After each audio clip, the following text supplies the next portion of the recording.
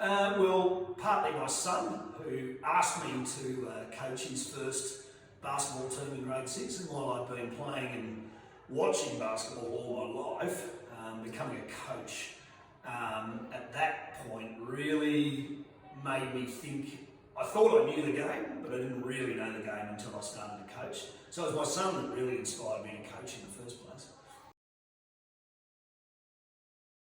I actually think it's the relationships with. I've been coaching a lot of under-18s boys basketball, and I think being able to build a trusting relationship with those boys, so that when the heat's on and you might raise your voice, it doesn't break relationships; it actually builds them. And really, all of that is about trust. Getting to know the boys, then get to know you a bit. I guess that's the thing that I've learnt the most. It's not just about the technical skills, it's about the relationships.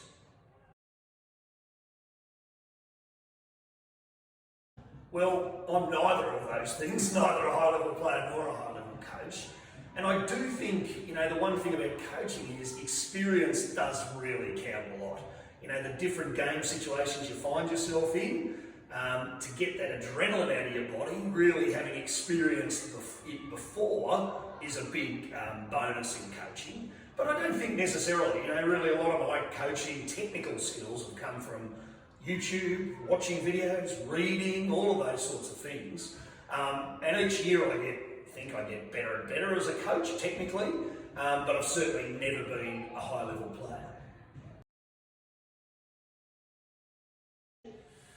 Look, I don't know whether it's about recognition, but it's certainly about reward. And I don't mean monetary reward, of course. I find coaching extremely rewarding.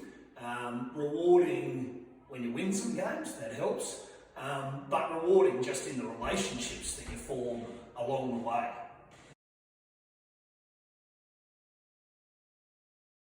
Well, look, basketball's obviously my field, and now with the jack jumpers here, we can see a pathway all the way from primary school basketball through to the best of the best in Australia. One of the biggest constraints on that pathway, and more Tasmanians going on it, is good coaches.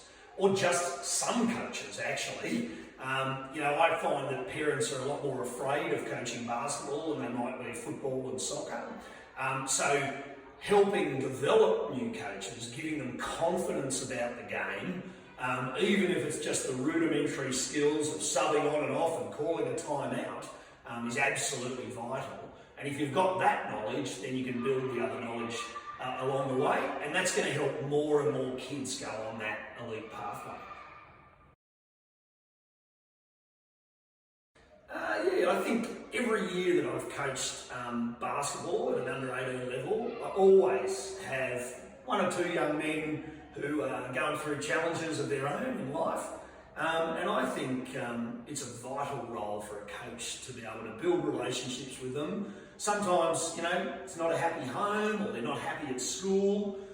Making the coaching environment one that's trusting, safe, enjoyable, and that they know they can come and be themselves. And sometimes they're not going to be at their peak, that they'll be supported through that, is a really important thing, I think, for particularly coaching young men, which is where my experience is.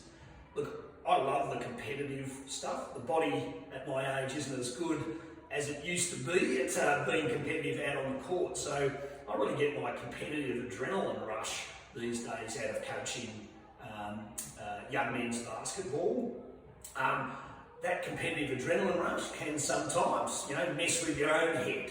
And I certainly recognise in myself the real need for self-control, the real need for understanding how I'm feeling going into a game so things don't erupt.